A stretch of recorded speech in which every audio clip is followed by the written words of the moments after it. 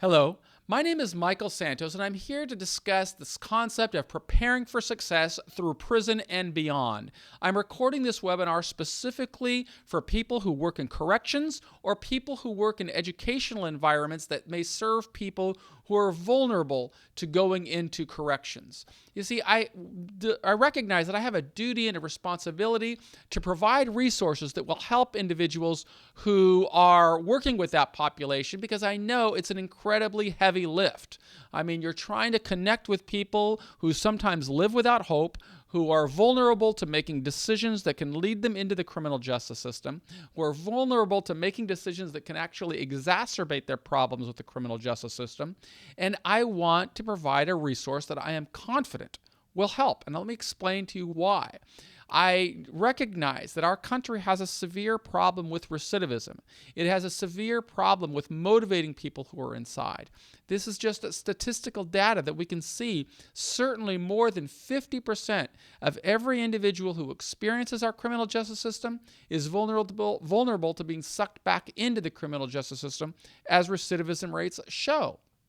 And so what we as a society need to do is to tap into all resources. And that's an area that I think that we have not taken advantage of. We haven't used resources that can really help professionals communicate this message of the importance of developing critical thinking skills, the importance of building intrinsic motivation, and that's something that I am in a unique position to offer.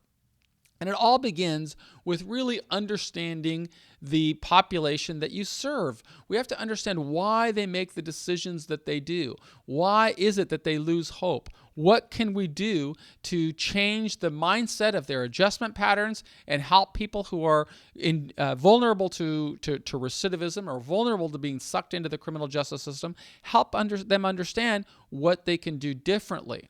And to do that, we have to start with an understanding of the actual adjustment that they're going through. It's not easy to live inside of those institutions where they are feeling the pressures of gangs pulling them in, the pressures of apathy, the pressures of negativity, and feeling this sense of rebellion or this need to join forces with others who want to rebel against the system. I know a lot about those types of choices because I was once that young man who made a series of bad decisions. You see, when I was 20 years old, I saw this movie with Scarface in it, and as a consequence of me wanting to live that lifestyle, not fully appreciating the bad decisions that I was making, I made choices that brought me into the criminal justice system. And when I went into that system, I heard the same message that many of the people in your populations hear all day long, is what does it take to survive in prison? And unfortunately, what they hear is that it's really important for them to be building an image of having hatred in your stomach, of being able to know how to respond to what they perceive as disrespect with violence, and how to enhance their reputation or their image inside of that environment. And I was very fortunate in that I was inspired, although I was inspired first of all by Tony Montana from the movie Scarface. When I was locked inside of the Pierce County Jail in Tacoma, Washington, prayer led me to a philosophy book, and through that philosophy book I was exposed to what I call a MasterMind, and that's what my whole course is about, the MasterMind course. It's about learning from mentors. And my mentor at the time was Socrates. You see, Socrates, I could identify with him as I read that story because he was also in a jail cell waiting for his execution. And I was inside of a jail cell waiting for the possibility of potentially a life sentence after I was convicted for trafficking in cocaine. And while I was sitting there reading this book about Socrates, it got me to begin thinking about the bad decisions that I had made. It got me to begin thinking about what, if anything, can I do while I'm in this environment that will cause people to see me as something different from the bad decisions that I made that brought me in here, but rather from the way that I responded to those decisions. And that's what I try and share with people who go through my course, is it's very important to begin thinking about, excuse me, to begin thinking about what brought us here. You see, it's not what in my case, it wasn't only the crime, the fact that I trafficked in cocaine, it was the fact that I started making bad decisions much younger than when I was 20 years old. I started making bad decisions in junior high school when I didn't pay attention. I made bad decisions in high school with the friends that I chose. I made bad decisions after I graduated from high school. And as a consequence of the cumulative effect of all those bad decisions, I was brought into the criminal justice system. And it was that introspection that caused me to see things differently.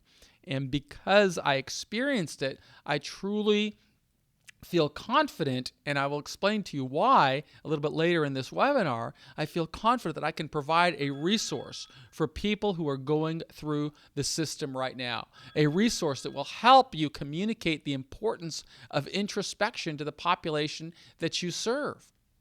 For me, it all began with this commitment to stop thinking about my own problems and to start thinking about what I call in this course my avatars, thinking about the people that I'm going to meet in my future, whether it's my case manager in prison, whether it is my person who's going to oversee me in a halfway house at some time in the future, my future probation officer, or my future employer, or my future creditor, or my future wife. Those images of people that I didn't know and people that didn't know me, those images became my avatars, the people that I wanted to earn their respect and figure out what will they expect from me. And it was that type of introspection that led me to this belief that I had to be authentic. I had to build trust through transparency. I had to persuade others to listen to what I said I was going to do, to watch how I pursued that path of becoming something more than the bad decisions that I made when I was 20, and to ask them to hold me accountable. That was the authentic approach that I took. And when I was locked inside of that jail, even before I was sentenced, I took the first step of picking up a pen and writing a letter to the local newspaper that had covered me during the trial and explaining to them, hey, I made really bad decisions in my life, but I'm drawing the line in the sand right now. You will see that I'm going to change my life, and I want you to see me for what I am going to become rather than the bad decisions that put me here. And that led to this front page article in the newspaper, and I'm sure that readers who reviewed that front page article looked at it with cynicism, doubting that I would ever become anything more than the bad decisions of my past. But I was committed. I was committed to making a difference. And that commitment is really what drove me through. And I told you through this course, I try and communicate that message to the people who are locked in prisons, to the people who are in schools. And I'm going to share with you the innovative way that I do that. But it all begins by letting people know it's tough. It's not easy. But like one of my masterminds influences or mentors explained in his great book, Good to Great, Jim Collins spoke about the concept of the flywheel. And he spoke about how difficult it is to get started. It's tough to get that flywheel moving. But once you start building it, you can build momentum and you can change your life. And in Earning Freedom, I try and share the strategies that empowered me and the strategies that have empowered other people who have transformed their life while living in difficulty. Jim Collins talks about this as finding your passion. He defined it as a BHAG, a big, hairy, audacious goal, something that makes you live bigger than yourself, where you see, as it shows there on the graph there, you see what are you passionate about? What can you work so hard at that you can become the best at the world at something? What is going to drive your economic engine? That is what the thought process that really got me through this journey of living in prison. And I realized I'm passionate about helping other people reach their highest potential. I am passionate about wanting to become something more than bad decisions. And I believed that if I could document the journey and create a deliberate path, I could become very good at it. And if I became good at it, I believed that I could build an actual career out of that and drive an economic engine. And it's showing other people how to do that is the way that I can help others reject the criminal lifestyle, develop critical thinking skills, help them understand how every decision they make inside directly relates to the individuals there, the opportunities they're going to find opening for them in prison, and more importantly, the opportunities they're going to open for themselves in their future. It all begins with this concept of the avatar, of thinking, who is it that we want to reach? Who is it that we want to become a part of their life? If we can answer those types of questions, we can absolutely begin to make changes in our life. And that's what I try and communicate. That's what got me through the lengthy journey that I served in prison. It's also what has helped me really build a strategy when I came home. But when I was inside of there, I realized, what are my avatars going to want? And I believe they're going to want me to focus on education. They're going to want to focus on contributing to society in some kind of meaningful, measurable way. They're going to want me to focus on building a support system. Because if I could focus on those three concepts, it would persuade people to see me as what? Something different from the bad decisions I made that put me in prison, and rather have them see me as as an individual who really wants to reconcile with society, an individual who truly wants to become one with law-abiding America. And the more evidence I could create, the more I could demonstrate my authenticity, I truly believed the more opportunities would open. And I didn't have resources that exist today. All I had was a simple pen and a piece of paper. That's it. A pen and a piece of paper was going to give me the start that I needed to begin changing my life. And that's something that everyone in your institution also has that resource. It's just a matter of helping them accept and internalize that they have the power within to build something better. And, if they could figure out a way how to use a dictionary, how to string those words together in the right sentences, in the right order, they can craft a new life for themselves. That's what I learned while going through 26 years in federal prison. I learned that I could create my own hope. I could create my own prospects for success if I could build a deliberate path. If I could stay focused on what I wanted to become rather than where I was.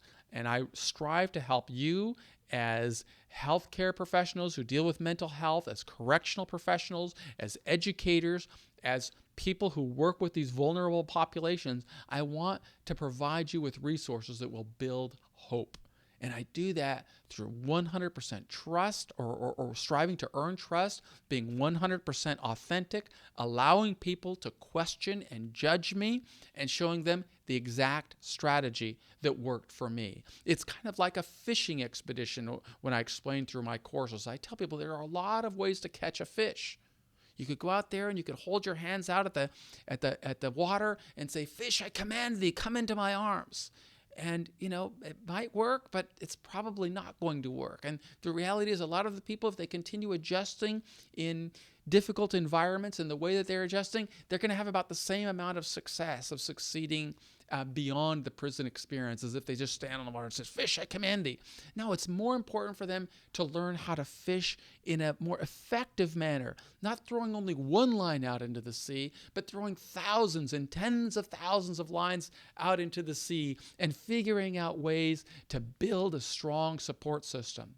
It requires persistence, the willingness to continue the fight, craft a deliberate plan, execute that plan every single day, recognizing that there are going to be obstacles and there are going to be difficulties and there are going to be challenges, but you've architected your course, and it's important to remain persistent.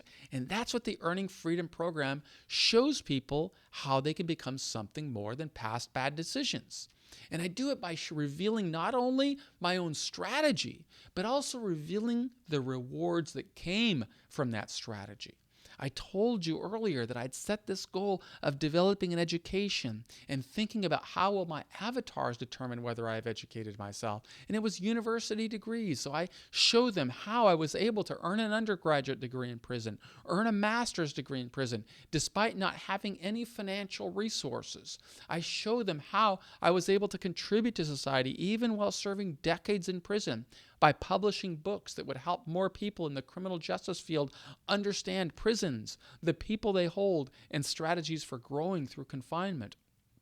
I showed them how I built support, including my wife, a woman I married while inside of a prison environment. I showed them how I built support with the professional community as well, so that when I returned back to society, I had national media organizations interviewing me and profiling the work that I was doing.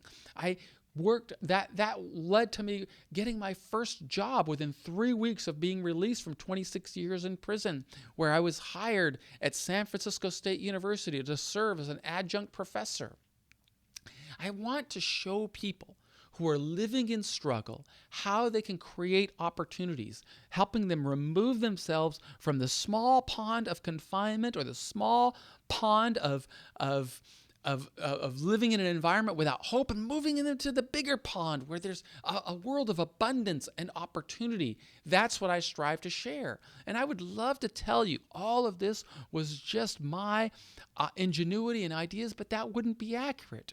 You see, I call this course the MasterMind course because I learned from masterminds. Masterminds like Steve Jobs, who said that good artists copy ideas, but great artists steal ideas. And Steve Jobs said, he willingly said, I steal ideas every day from masterminds, from people who are smarter than I am. And then I try to use those ideas to build something better. And that's all I did. It was steal ideas from leaders, whether they came from sports, whether they came from politics, whether they came from education, whether they came from philosophy, whether they came from business.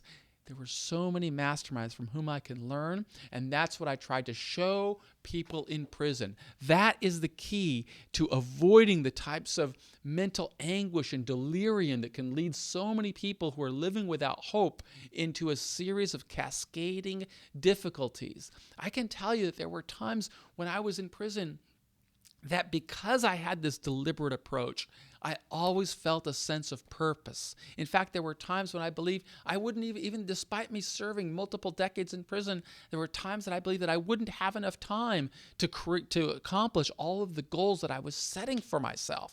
And so there's this awesome little graph, as you see, when we teach people how to create purpose, we teach them how to do something they love, how to do something that the world needs, how to do something that can generate a revenue stream for them, how they can do something that they can become great at it. And when they do that, when they live in that type of a matrix, they build their passion, they pursue their mission, they are building a vocation that they're proud of, they become professionals. And when they do all of that at the intersection point, that is where their passion, that is where their purpose lies. And I want you to know that it's really important to use all of our resources in society to deliver that message.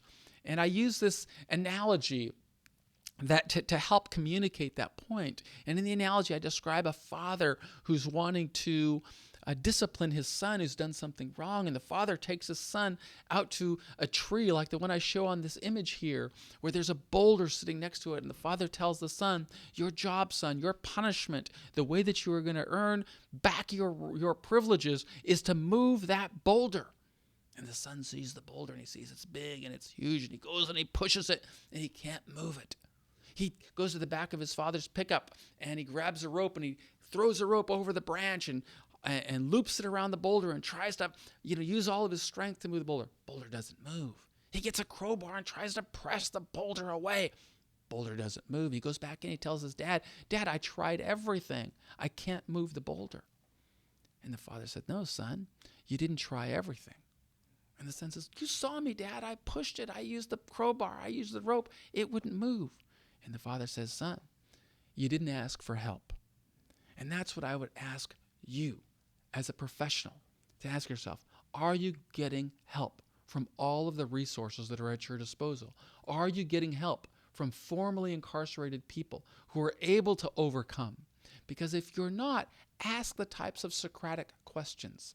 Ask the types of Socratic questions of where can I get that help? And I would submit that you can get that help from people who have gone through the struggle, created programs, created an opportunity to overcome them, and communicate that message to the people that you serve. When you do that, that's when you begin to move the needle and see more people building better lives. That's the type of joint community effort that is necessary to truly overcome the struggle. And in this course, Earning Freedom program, what I try to describe in the Earning Freedom program is how I use formerly incarcerated people from every racial, ethnic, age group, to help me communicate the message. Like this fellow who's on the screen right there, former member of the Aryan Brotherhood, former individual who was deeply committed to prison gangs and served multiple decades in prison. And he's telling the story of how that adjustment influenced his life inside and created more hardship for him each time he was released from prison. And he's communicating how he wishes that he would have done something differently. He would have adjusted differently. And that dialogue, when people see it, people hear it, they start to get the message that is very difficult for professionals to deliver, because the patient or the individual who is locked in prison doesn't feel as if he identifies with the good people who are trying to convey the message. But he will identify with the people I present in Earning Freedom, people who are just like them, people who overcame struggle, people who went through prisons and transformed their life and came back successfully. I can tell you, I just used this course at the United States Penitentiary in Atwater. 70 people signed up for the program and 65 graduated. And I'm so proud of those 65 guys, because they're individuals who are serving lengthy sentences, some of them life sentences. And yet after going through Earning Freedom, they began to see that they had the power within to transform their lives. You see, the MasterMind program, it includes literature, books that are courses that describe the program. It includes this other book that I show there, Success After Prison, in which I describe how every decision that I made in prison opened opportunities that eased my journey through 26 years in prison, but more importantly, allowed me to come back to society strong, with my dignity intact, with numerous income opportunities and support systems in place, so that I could really rebound and build a successful life. And that's what I want to show more people in prison. And I do it through my 24-hour reentry program that includes podcasts where I interview formerly incarcerated people or people who lived in struggle but were able to overcome. I show webinars like this one where I respond to questions or I interview others. I show people how to build the type of intrinsic motivation they need to participate in programs that you offer, but to do so because they want to, because they recognize how this pattern of participating in programs opens opportunities and minimizes threats. They do it for intrinsic reasons rather than for some type of an external reward, like an extra bowl of Wheaties or a lower bunk or whatever the case. I want to show people that the power lies within, and every one of us has the power to transform our life if we can develop the types of critical thinking skills that lead to success, that help us develop our reasoning abilities, to help us evaluate threats and opportunities, to help us solve problems, to help us make better decisions, to help us analyze what are we doing. That's the type of skill set that minimizes this vulnerability to delirium, this vulnerability to negative adjustments. That's the type of evidence-based program that Benjamin Bloom talked about in his taxonomy of educational objectives. We help people understand the barriers, the bias that they're facing. We understand why they're distrustful of authority. We understand that sometimes they want to participate in programs, but they also want to save face because of the environment in which they live. We help them understand self-deceptions and reject that type of thinking. We help them understand that they need to overcome the fear of change and develop the types of reading and communication skills that will allow them to become advancing on this path towards success and prosperity. And when they do so, they will become more inclined to develop relationships with prospective employers, with all of the avatars that they expect to meet in their future. That is how we build stronger communities.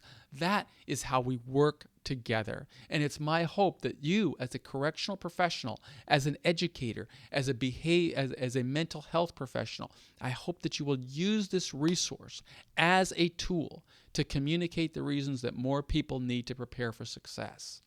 I am Michael Santos with michaelsantos.com and prisonprofessor.com, and I'm available to communicate with you or your team at any time. Every one of these slides has my cell phone number on it. You can reach me through my website. My email is michael@michaelsantos.com. I really encourage you, do your due diligence on who I am. Speak to my current clients, which includes the Bureau of Prisons, which includes state prison officials, which includes educational administrators, and you will see why I am passionate about delivering this type of resource that will help you achieve your objectives of building safer institutions and preparing more people who are vulnerable, helping more of those people understand how they have the power within to transform their lives and emerge successfully. And I hope you found this message of value, and I hope to hear from you. Thank you.